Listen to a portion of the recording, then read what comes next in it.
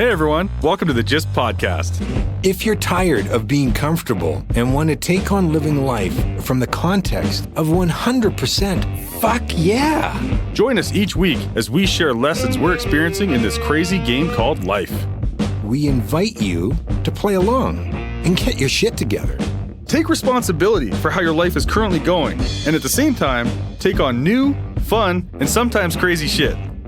We promise to challenge your thinking by being vulnerable, authentic, and straight up with what we're dealing with, what doesn't work, and what can.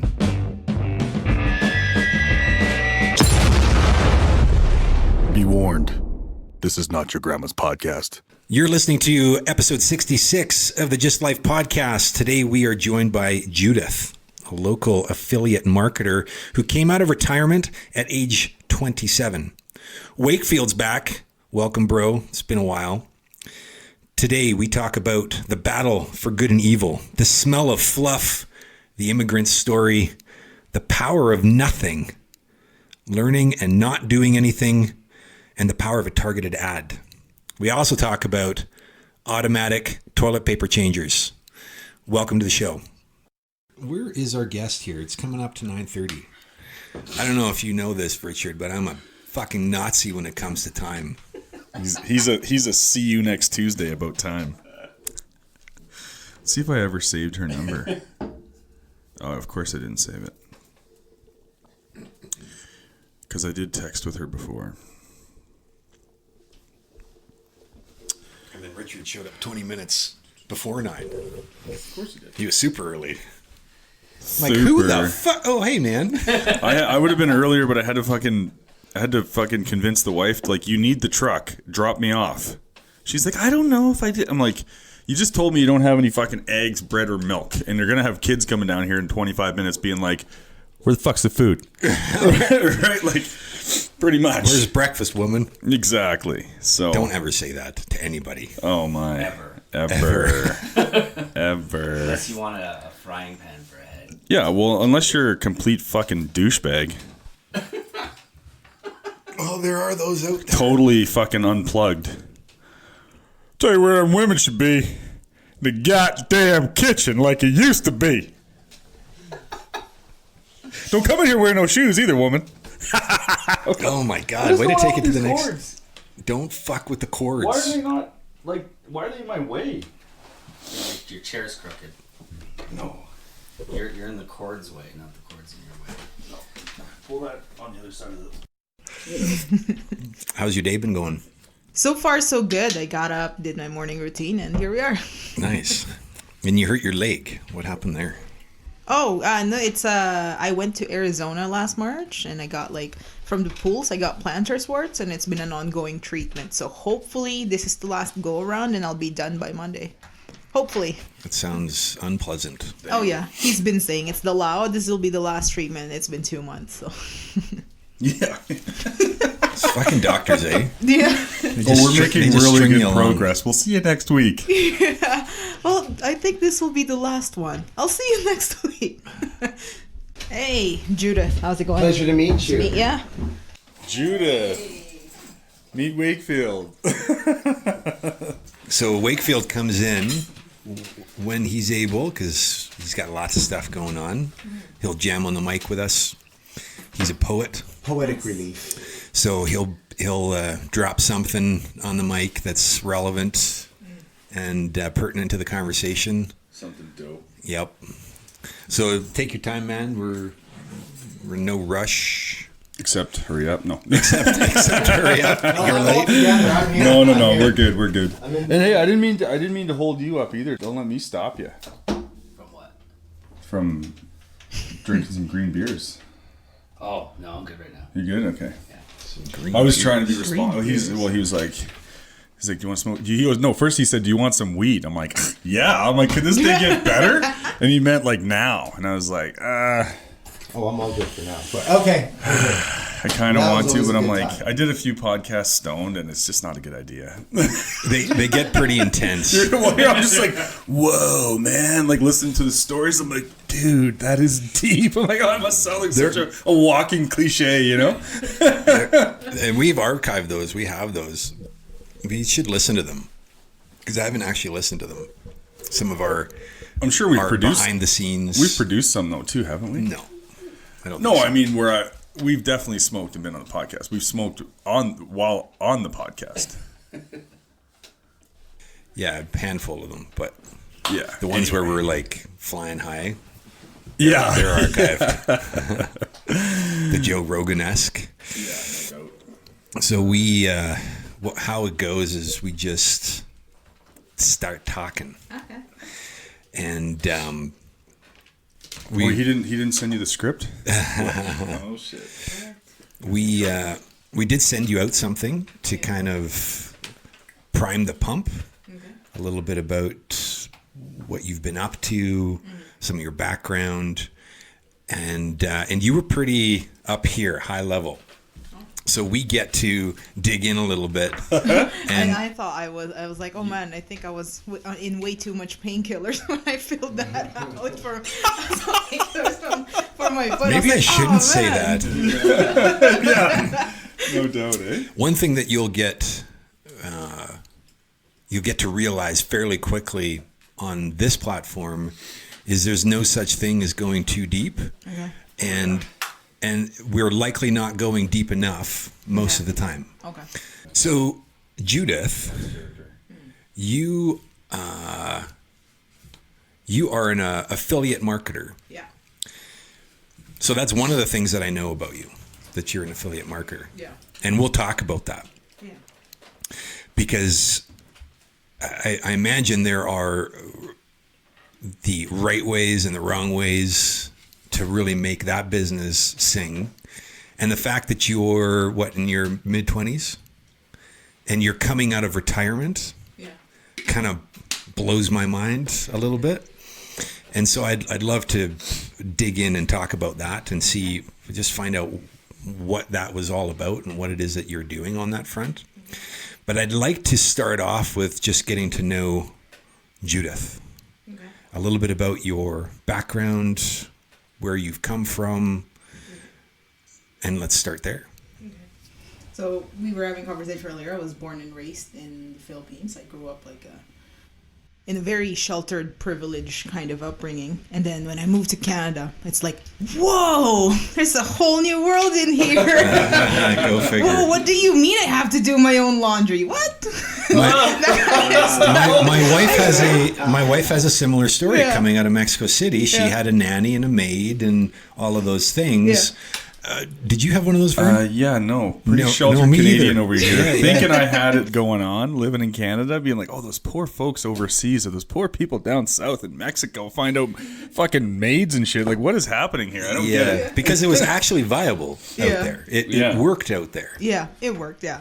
Yeah. And so it's like, it's a whole new, suddenly I went from seeing my parents, like, because they're like entrepreneurs. And so they're always there. When I was growing up, I was like, oh my God, mom's here again. I want to go. She's always here. They're always Dad's around. always here. Yeah. But then now that I'm here, now that we're here and they're actually going to day jobs, I actually am like, that was actually amazing having them around, like them like being so accessible, like, Dad, that's all I got to do. And he's like, what?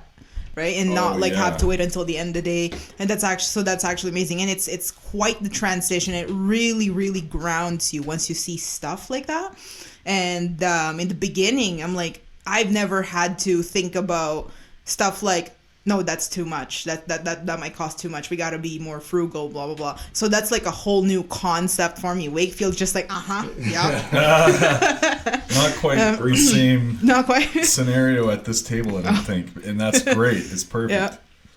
And so, and that was like suddenly in the span of 20 hours, because that's how long the plane ride is. It's like suddenly I'm like this person to like a whole new person in a span of 20 hours. I'm like, okay, well, I gotta learn how to do dishes. My clothes won't automatically just show up in my closet again. Wouldn't that be awesome? Wow. I'm working on that. And how old were you approximately at this time? I'm 16. Oh, at the wow. time. Perfect age, too, to have to deal with all A that little bit of shit, eh? humility, a little bit of responsibility. Yeah. Nice. Yeah, I was 16 at the time. But then at the same time, because we got here around June, and come September, I went to school. I didn't have, it's weird because all the other kids that are like new to the country at the time are like having a hard time fitting in. Whereas for me, I was like, whoa, I'm home. Oh, nice. Yeah, that was different because I never really fit in at home. I'm always in trouble. I'm always at the principal's office. I could never fit in. I'm not big on the rules. I can't get on board on the strict Catholic stuff. Yeah, I mean, yeah. I like it's a whole different sounds story. like Yeah. sounds like the entrepreneur. You know. Yeah, I and was so yeah. definitely the daydreamer as well. And then so when I got here, I was like, okay, well, I have a fresh start. I could pretty much do whatever the heck I want. And so suddenly I'm just like, whoa, I'm home. This is awesome. And this was Calgary? Yeah. Okay, cool. So your parents, and what brought them here?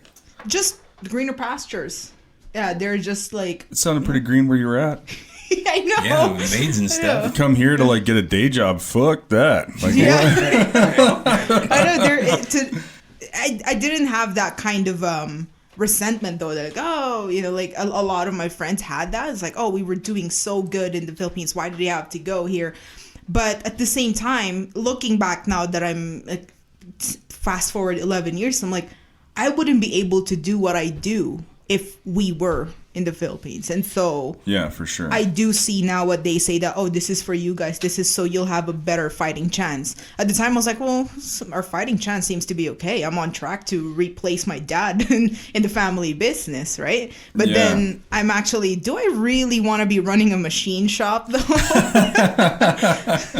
So what do you say when you talk about you wouldn't have been able to do what you've done had you not moved out here? What were those things that presented themselves to allow you to do what you've achieved?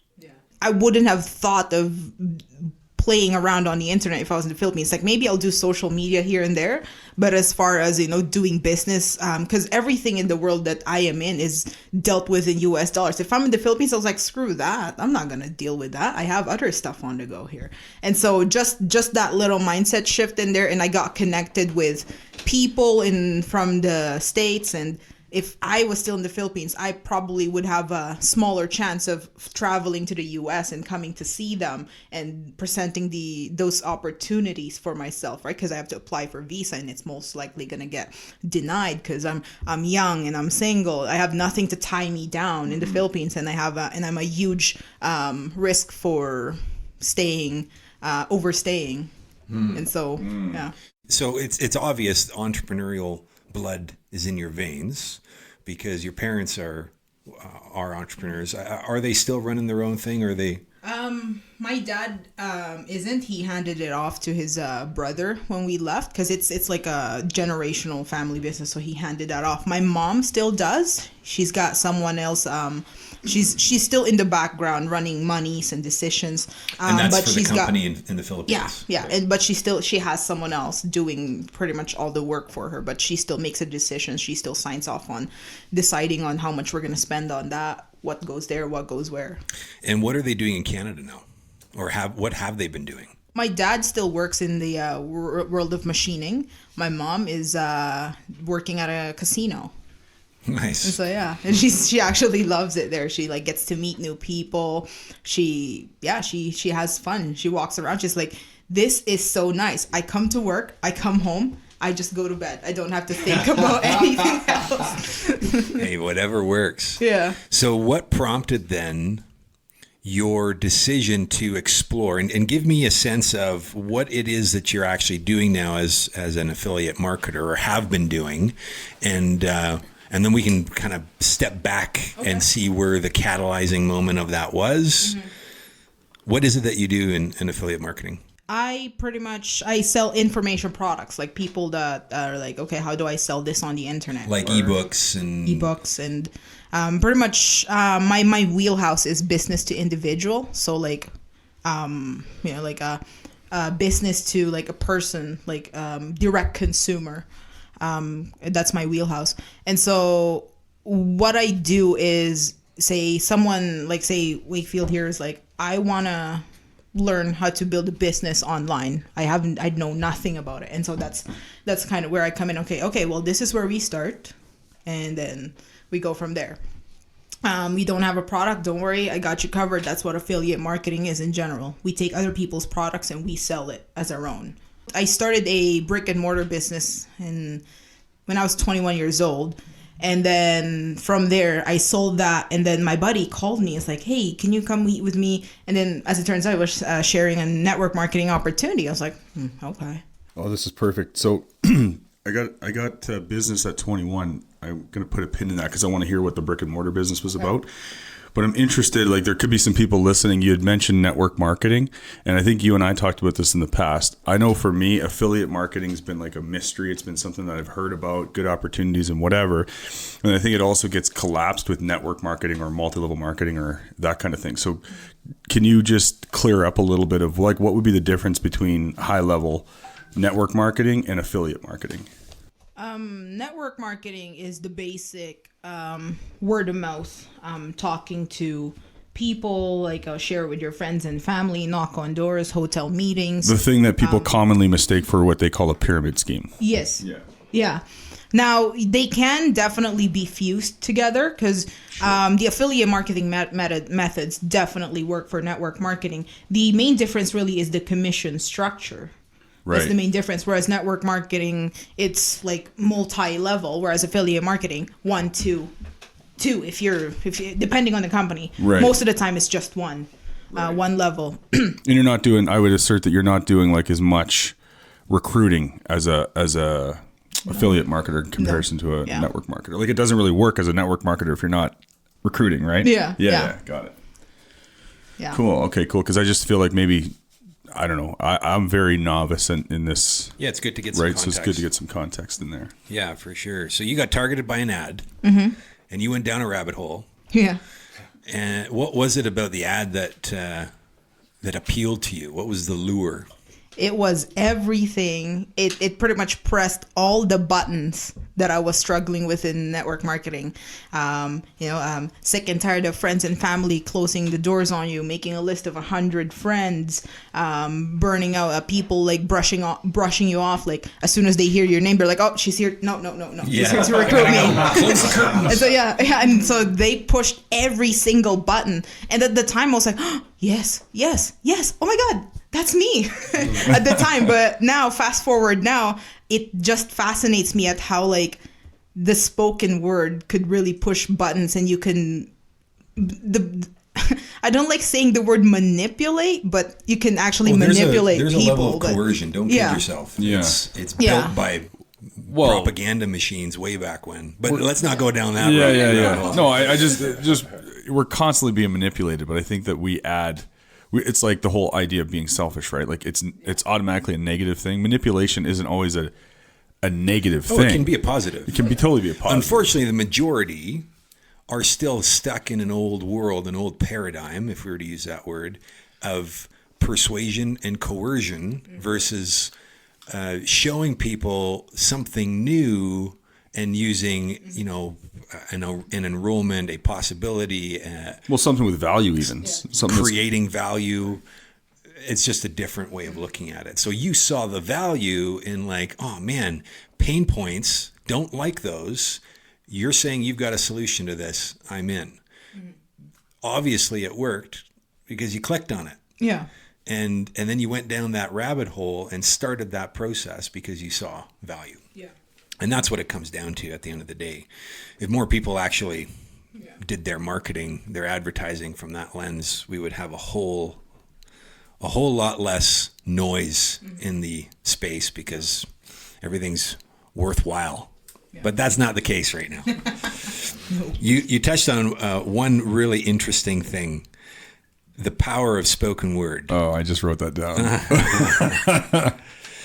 So Wakefield, you might have like a bias to the power of spoken word in the literal sense that it just kind of collapsed in that way.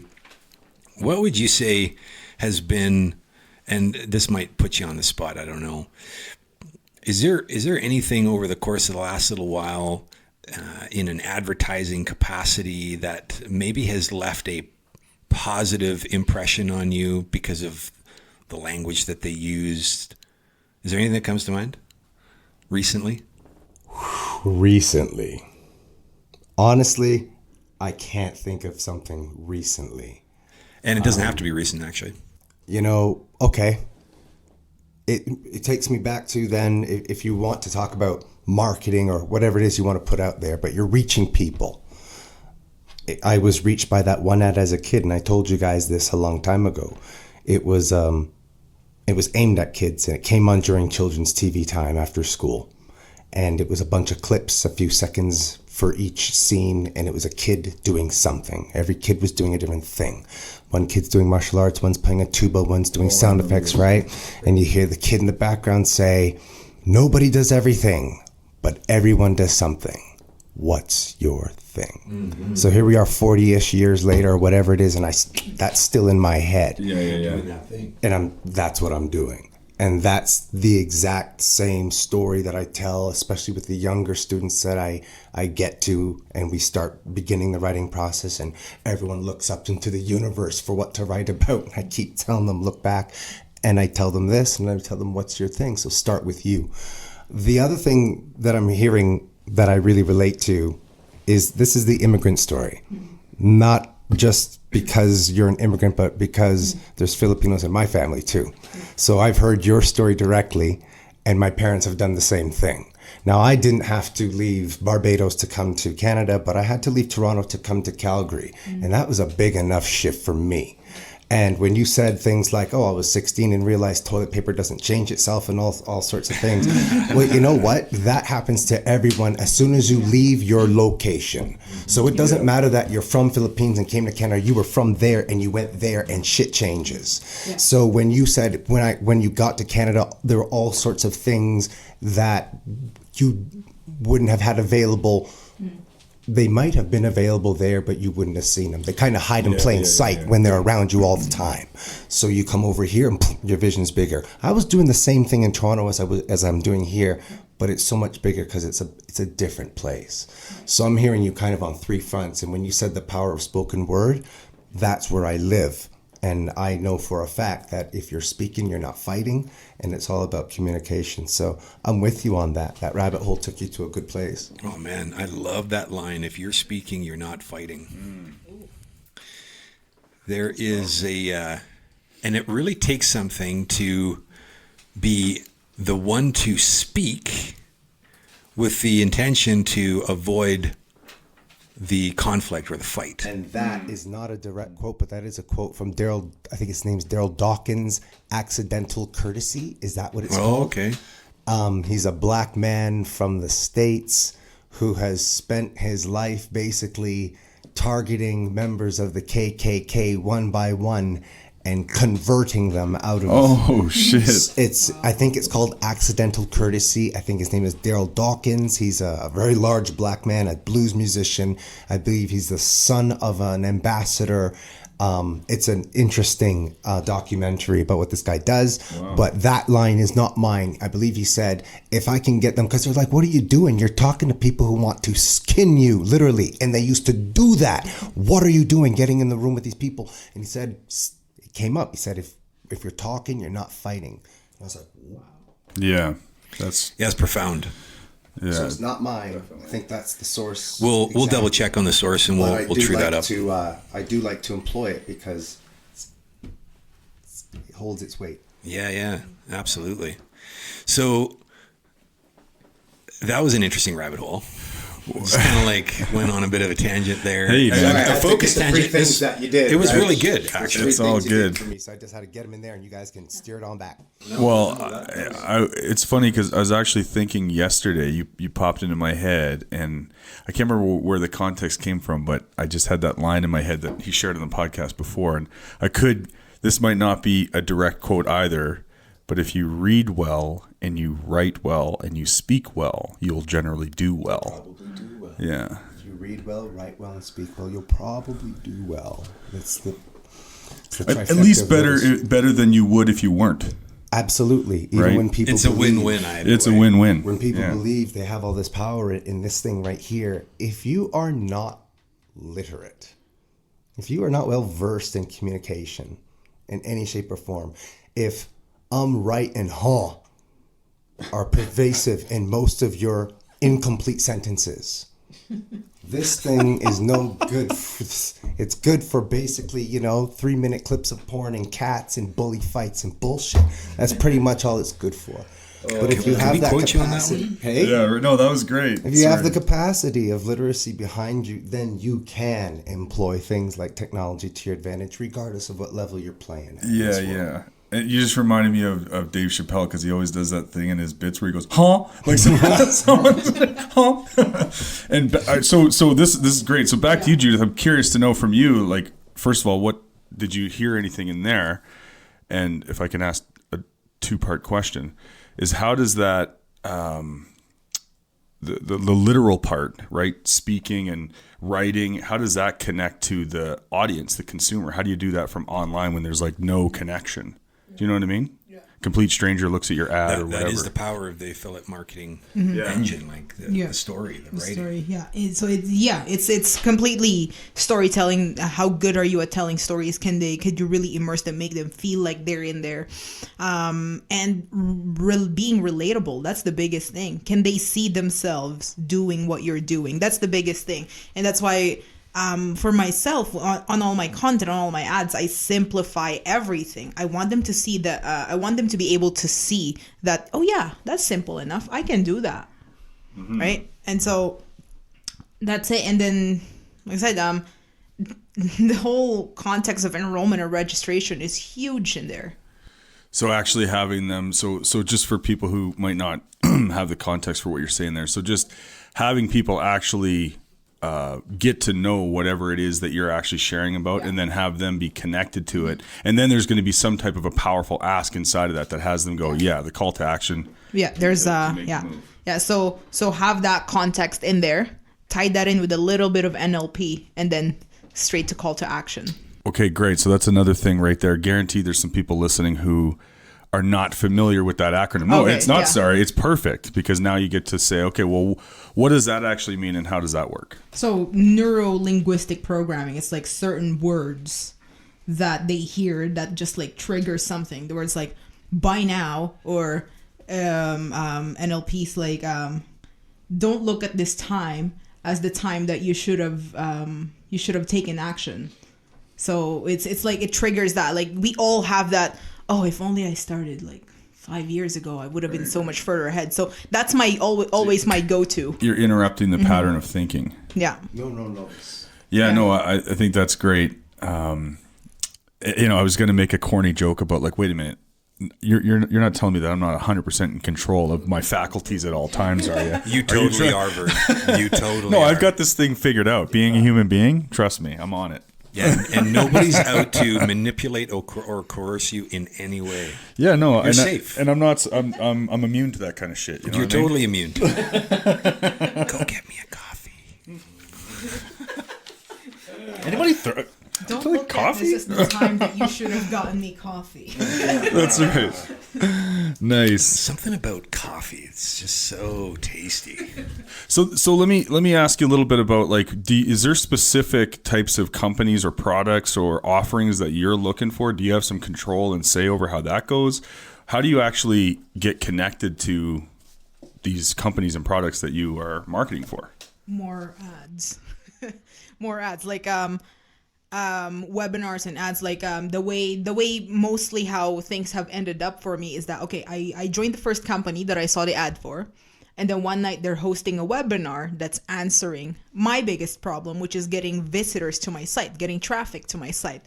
I'm like, oh, okay. So I joined the webinar, learned lots, and then at the end, this guy is closing me on his affiliate offer, and I'm like, sounds like I can do that. but at the time I was like very new. It was like every button has been pushed, and I'm just like, oh, yes, so my life's gonna be so awesome. Just a sponge. Yeah. You were actually learning this stuff, but then it sounds like you did the critical piece, which is when you put it into action. Mm-hmm.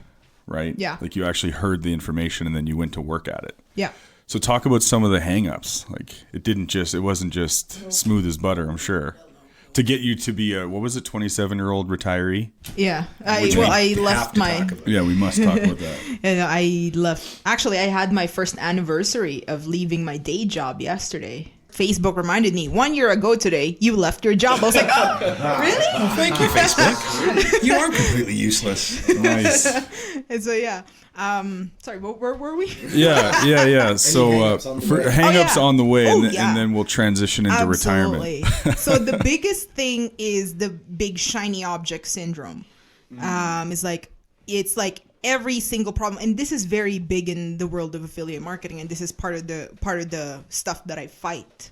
I'm fighting against is that a lot of the so-called gurus, like the big guys out there, I'm not gonna name names, but they will present a webinar with a product that's the solution to your problem, and then inside that product is a piece to confuse you so that you'll end up buying the next thing that would solve that problem, and so on and so on and so on.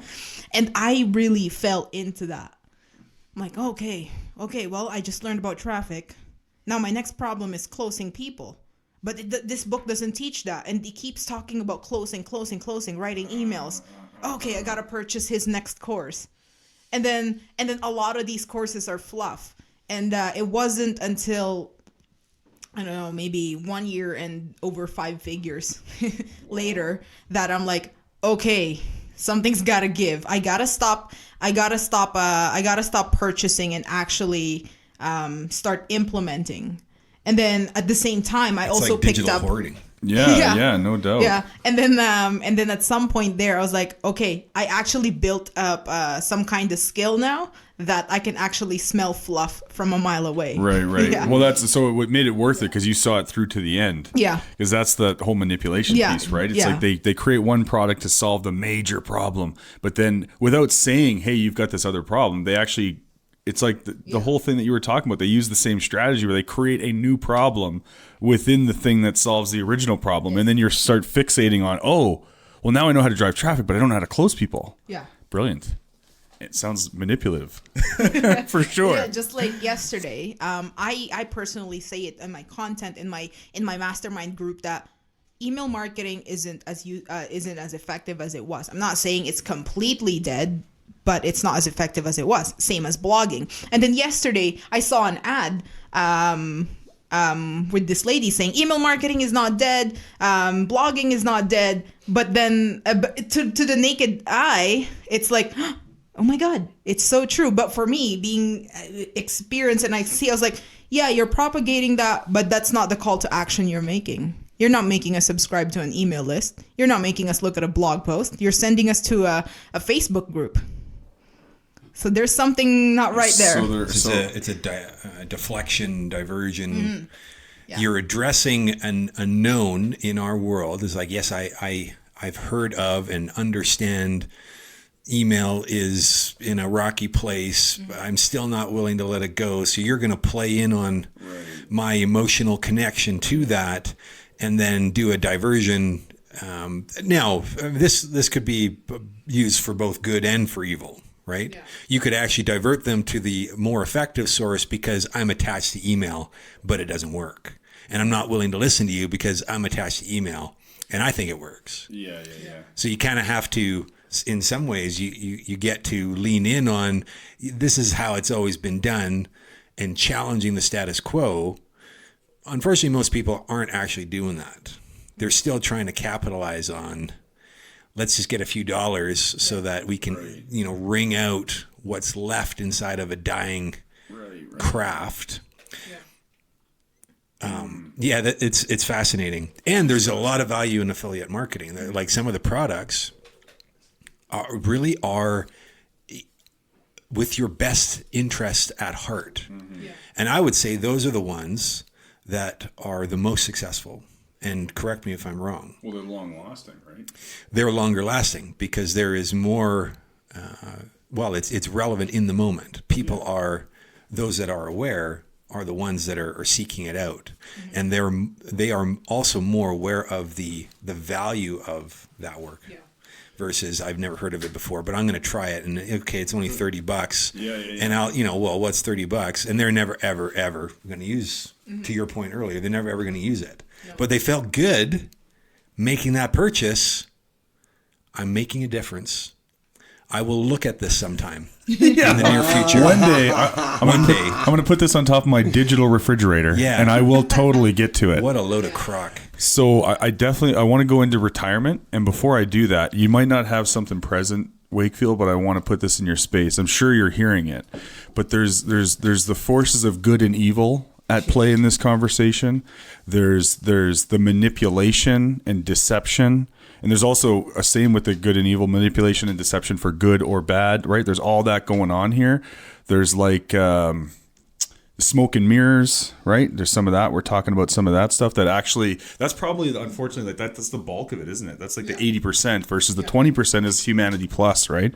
So just inside that, let that percolate. And if you got a piece that shows like, you know, that illuminates some of that, then that would be cool. Go through the repertoire Yeah. and see if there's something that kind of encompasses some of those things. I don't know if Judith might not have the context for what I'm talking about It's here, okay. but Surprise and delight, man. Yes, Surprise indeed, and delight. Indeed. Okay, so you retired. I'm super jealous. I'm going to be completely honest. I hit 40 this year. I am so far away from retiring that I don't even entertain the question in the context of financial success. I think to be really rigorous here, I will never retire in the traditional sense that retirement was around, as in you've done your piece, make way for the new, and you're on your way out. You're not as valuable anymore, so just go wither and die in the corner. Yeah. It's kind of how it went. Your retirement is a little different. Mm-hmm. You retired. When did you retire? May 31st of 2018. May 31st of 2018. How did you retire? What did you do? Did you say, fuck it, I'm done and I'm going to do something else? Or did you like celebrate? What was it? Not really. It's more of, well, I think I can stick it out a little bit more. You know, I want to reach a certain X amount of dollars in my business before I leave my day job. But then there's a point where I'm just like, I just can't do it anymore. I can't, like, I start work at 7 a.m. I'm still in bed by like 8:30. I'm like, I can't get up. I can't get myself to get up. It's for your job. Yeah, like for you just my job. didn't want to go to the job. Yeah, there's just that. And then it's like everything about it is, and I'm not diminishing the job. It's an amazing opportunity. It's an amazing career. But the job you had. Yeah, the job I had. It's an amazing career, you know, amazing company, amazing job that they gave me. And I'm forever grateful for that. But I'm just not the right person. So to be really clear, you retired from your day job. Yes. Yeah. Okay, so that's distinct from retired. Retired. As in like not... Well, hold on. Yes. So you built your business up to the point where you actually had enough passive income built to replace your income. Correct. That's right. Your expenses. So that's so retirement. But now she's got what I like to call a work optional lifestyle. Yeah. Yeah. Yeah. So for a whole, up until about a month ago, I was doing very minimal. I'll run an ad here and there just to keep it going. Yeah, just to keep it going and just to test out because. Do you have a program where we can learn this? Yeah. It's like, that would have been weird if she didn't. Right? No, sorry, I don't. It would be weird. It's like, I don't teach anybody. I teach it myself. No, and so. I would run an ad here and there because I'm like, okay, well, according to this guru, this is the best new ad method. Okay, let me throw in $150 on it. Let's see how it goes. And so I'll do small stuff like that here and there. And then, but the main thing that really got me to pause, right? I have a passive income. That's good. Is that there is a 98% failure rate in affiliate marketing. 98%? Yes, only 2% ever make it. So people who actually get into it, there's only like 2% that make it. See, this is what I'm talking about. I love this. Okay, cool. Yeah. Why do you think it's a 98% failure rate? It's people are stuck in the whole cycle of learn, not implementing. It's like they're buying a McDonald's purchase and they're eating all the burgers that's coming out of the kitchen. That's what they're doing. No, we don't. If you buy a McDonald's purchase, you're going to sell those burgers. You might take a couple Big Macs here and there because you're hungry and you need it, but you're not going to eat every single Big Mac that comes out of the kitchen. And that's what everyone's doing. They purchase an affiliate opportunity and they consume everything that's in there and never get around to turning around and selling. the opportunity in the product. We our mindset of consumption that was typically in a real, like, physical, we are consuming products in a physical capacity, has turned over ever since the dawn of the internet, and really the momentum that got created that had these types of opportunities pervasive and available everywhere. There's mass consumption in a digital capacity. We are, I wanted a really quirky, cool meme, but it never came. But we're like consumed by our digital content. Consumed by consumerism. And then they get into this overwhelm phase because they're like learning left, right, and center. They get into this overwhelm phase, and then they start brushing it off as, actually, affiliate marketing is not for me. Yeah. Well, it doesn't work. Away. Yeah, Well, they go for the easy solution. Just like yesterday, I received an email from my property manager. People from the building are asking them to shut the air intake off from the building. I was like, what do you suggest we breathe in the meantime? They're like, oh, but it's so smoky in here. terms of the smoke. Yeah, I was right. like, dude, okay, look, there's systems. You're fine. It's just the smell of campfire. You're fine. Don't go for the easy way out every single time. And you can see that in like everyday life. Well, and it's actually not the easy way out. It comes at a cost, but we are reacting, and we are not taking pause to think about why do we need to do it that way. Yeah. Right. There is an irrational justification that is pervasive in the human condition, right? Well, that plays into exactly what you're talking about the continuous learning and taking no action, because people will find a reason why it's not going to work. They need to have it all their ducks in a row. They have to have it all figured out, avoid all mistakes, and then I'll start. So therefore, I need to go and get more information. The irony in that, having had all of your thousands of ducks in a row, you are paralyzed and unable to take an action. Yeah. It's fucked. Well, it's just to avoid a mistake, which is where the gold is. Yes. So what does the 2% do then? And be like, get specific. I get that they are taking action, but what kind of actions do the 2% take? The general is that they sell. And then another thing is that they have the know-how. They understand tech. Because there's a part 2 to that, why the 98% fail. There's the one that keeps consuming, and then there's the other. We'll get into that later. But what they do is they just sell, and they're willing to jump off and build their parachute on the way down. As cliche as that sounds. Yeah. No, it might be a cliche, but that's actually a line that you've used. I don't know what you're talking about. I totally use that. more than willing to do that. And the biggest part is... They're able and willing to fuck up is basically what you're saying. Pretty much, yeah. Make a mistake, learn. My dad's in QA, quality assurance, quality control. There's a distinction called lessons learned in oil and gas. So what was the fuck up? What was the lesson that you could take out of that? And then iterate. Yeah, exactly. Now that you know that doesn't work, implement this thing. Yeah.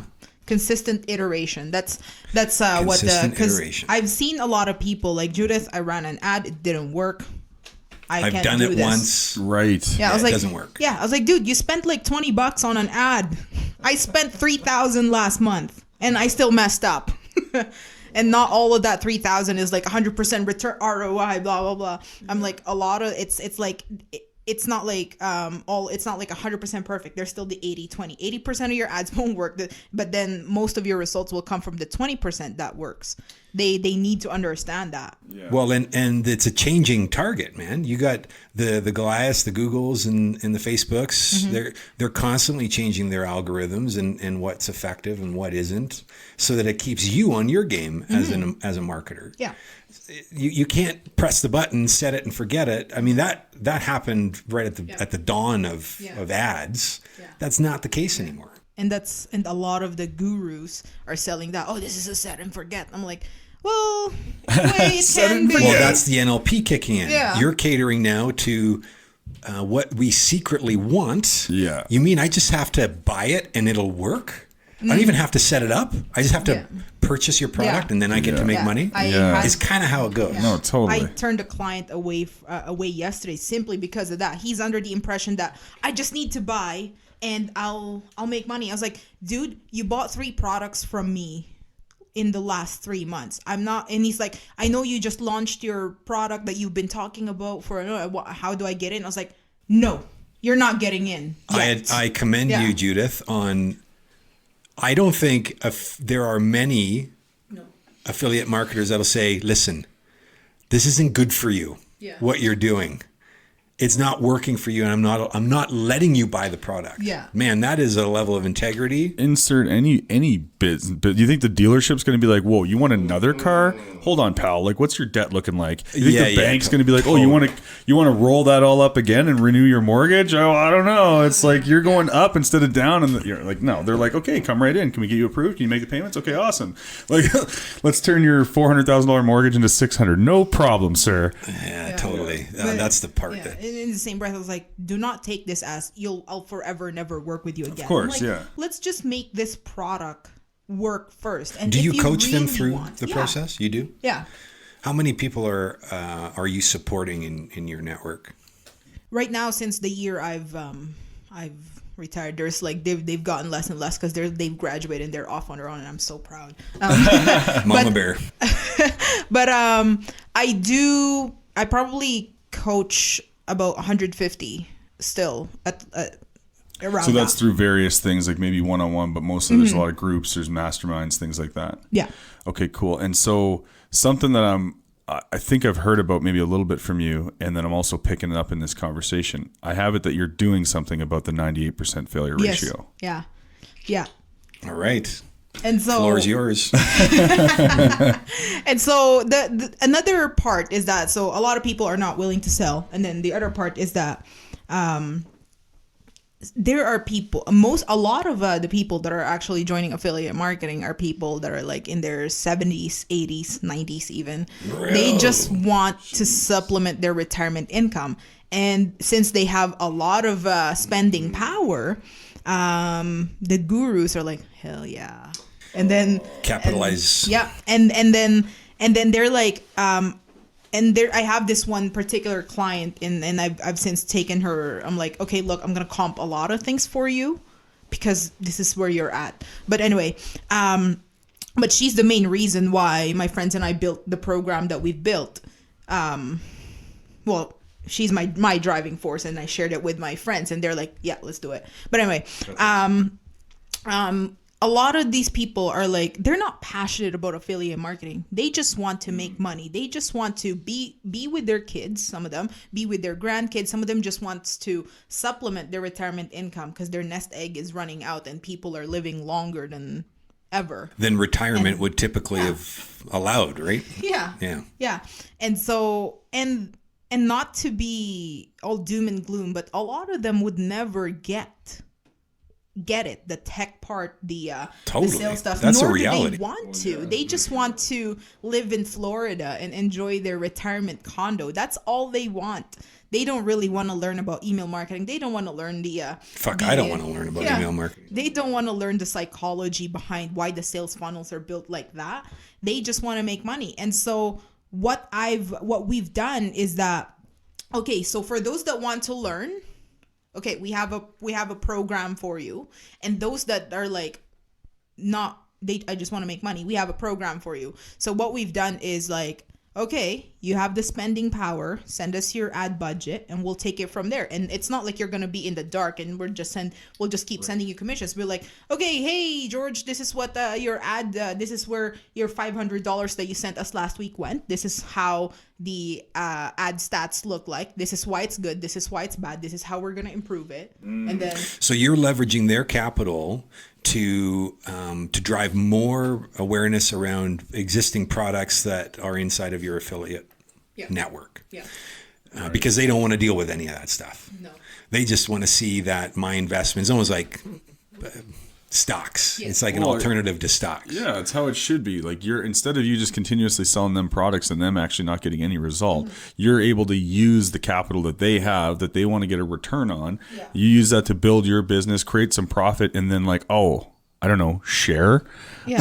Yeah. with the people who gave you Yeah. the fucking money. Yeah, and like I see people that are like in their late 70s, early mid 80s that are like they're really working on it. They're really writing their emails every day. They're trying to build their funnels, but they just That's can't amazing. get it. Crazy. I Yeah. didn't know that. They I did just not know that. Yeah, and they're Wow. just like spinning their wheels, and I'm like, I really feel I this is taking a lot out of me. Every time we hop off our coaching call, I need to take like a couple hours to myself to like get myself back up on the surface. And then I was at an event last March, and I ran into I finally met in person a lot of the old people that I coach.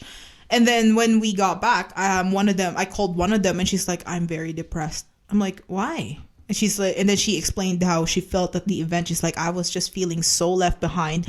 Everyone is like talking about funnels. They're so there and there and there, and I can't even copy and paste. Which half of them are full of shit, but Yeah. half the people Yeah. talking What did you about say how to good her? it's going. But. And I said, okay, well, and I said, well, I understand, and you're taking a lot of action. And you know what? You went from that old lady, that lady that can't even copy and paste, to you can actually run a funnel building software now. And she's like, yeah, but I still don't get the psychology behind it. I was like, and that's fine. You can't learn it in a week. And then our conversation went from here and there. And it's like, well, what do you know how to do? And she's like, well, she shared, she's a teacher. I know how to do I do photography. I was like, oh, that's awesome. See, you're not completely useless. You have your own skills. Yeah. And then I asked her, I was like, okay, well, actually, I was like, You're like a complete waste of skin. I mean, you got something going You can on take in a there. picture, right? yeah. And so, Pat yourself on the back. yeah. And so I'm like, okay, this is probably gonna go against some of, because I'm an affiliate for the company that she's bought from, and the company that she's bought from, I'm also an affiliate. They've hired me Okay. on to coach people, and that's kind of how I kept my retirement going too. Is like I do some background work for them, little bits. But I'm like, okay, so obviously I'm talking to you as a friend right now, not as your coach of XYZ company. And I'm like, you know how to put stamps on mails, right? She's like, uh-huh. I was like, okay, well, I want you to really think about possibly looking at direct mail. Because direct mail marketing is alive and well. Not in the sense that we know that flyers in the mail, no. Like thank seriously, God. beautifully crafted sales letters in the mail with an envelope with your name on it, with your address, like just like you receiving a letter from a friend. So it's like your email marketing is inside an envelope, and people. I would that actually wager open it. it's probably got a higher level of efficacy in today's world, given how much of an overload we are experiencing in the digital space, how disconnected we are, and how much we appreciate the tangible, thoughtful, personalized, whatever. Well, and add if you're marketing to boomers on top of that. I mean, that's not Well, the weird reality for is them still. boomers want that. Yeah, that's what I mean. Like they're like, oh, mail, cool, thank you. Yeah. And I was like, okay. I'm like, I want you to really think about this. I'm not hard closing you on anything. Here's my sales letter, my sales letter that I mail out to people. Just think about it. And then next thing you know, I just received a commission. She like signed up without even talking to me. She's like, I can do this. I actually see myself being able to do this. And so, yeah, I'm like, Yeah, you show people what it is that they can leverage inside of their skill set. yeah. And have that make a difference. Removing the compulsive need for us to constantly be seeking more information, to strive for more clarity, because culturally in society we are being fed that is what you need to do, and being in a complete overwhelm and paralyzed despite all the information that we know. Yeah. It's so counterintuitive. But if you don't know that that's happening, you're none the wiser. You're just sucked in, and you're running along the channel. So I really acknowledge you, Judith, for your willingness to even the playing field in this space, because there isn't a whole lot of integrity in that space. you create that integrity, which is really cool. This is the word that triggers me. Even the playing field. A lot of gurus is like, I've evened the playing field with Oh, they're using with my that. system. It's like, it doesn't look very even to me, bro. Totally. But you actually are in your own way, because you're giving people tools that are necessary to use the tools that they're trying to buy. Most of us don't ever get that opportunity. We're stuck. Wakefield, you've been working hard there, brother. Did you find something? I hope I didn't take you out of the podcast, getting you a look for your. Here. It doesn't really even matter. If This there's one- something that you want to share, we would love to hear from you. It's been too long. All right, so this touches just a few of the things that I heard in the room today. So you say you want to do this, flew this like you knew this, coming hardcore through like the Woo in 92 this, hurts too much to respond, painlessly like reflex, but shit still tight for those that shade of night, though society will say that y'all got free necks. Y'all wear many a yoke in this lifetime, post-agricultural revolutionary thought, suffering for the great forgetting of past time, the yields of your fields now ready to rot, looking to spill, looking to spoil, they'll stick us in a timeless and a tireless toil. Let's have more babies. Let's have more babies. No, let's make more babies. For we presume to have the knowledge of the gods. There must be a changing of minds, be said to me. Not old minds with new programs, but new minds with no programs. And I typed some more words into the computer. There is a nervousness in me. I am excited and I am upsetted like the stomach of the earth. I wear thin like a walking ulcer. I'm always itchy. We keep cutting trees. I've been clutching this moment for my whole life. I've turned inward upon eye to see what three I see. You cannot subtract along with me, for I am the son of a negative sum. See how dark I shine. Once I had an imagination. Now all I have are nightmares. And why do I keep misplacing my memory? I used to keep it in a place I always forgot about, and now it's not there. We are all boiling frogs. Heat us up for the slumber and turn it up for the kill. Do us for dinner cause we've never been doneer. Doing it well because we do it to ourselves. We have no points of views. We just listen to the news. As the circular saw cuts effortlessly around our skulls and our headlight dulls. When we finally blink, we do it really fast cause we don't want to miss anything. The Wall Street suits and the ghetto bling bling. Go the casino lights on and off like your luck and your wife and the kids and the car and the house and the mortgage and the job or not. And if that's the case, you know that shit getting hot cause you gotta support, you gotta farm more land to fight the famine that it caused. As we fall out of planes, we begin knitting parachutes. 10,000 years and we've learned nothing. I type some more words into the computer. Save. That's super appropriate. Yeah, perfect. It really points to the underlying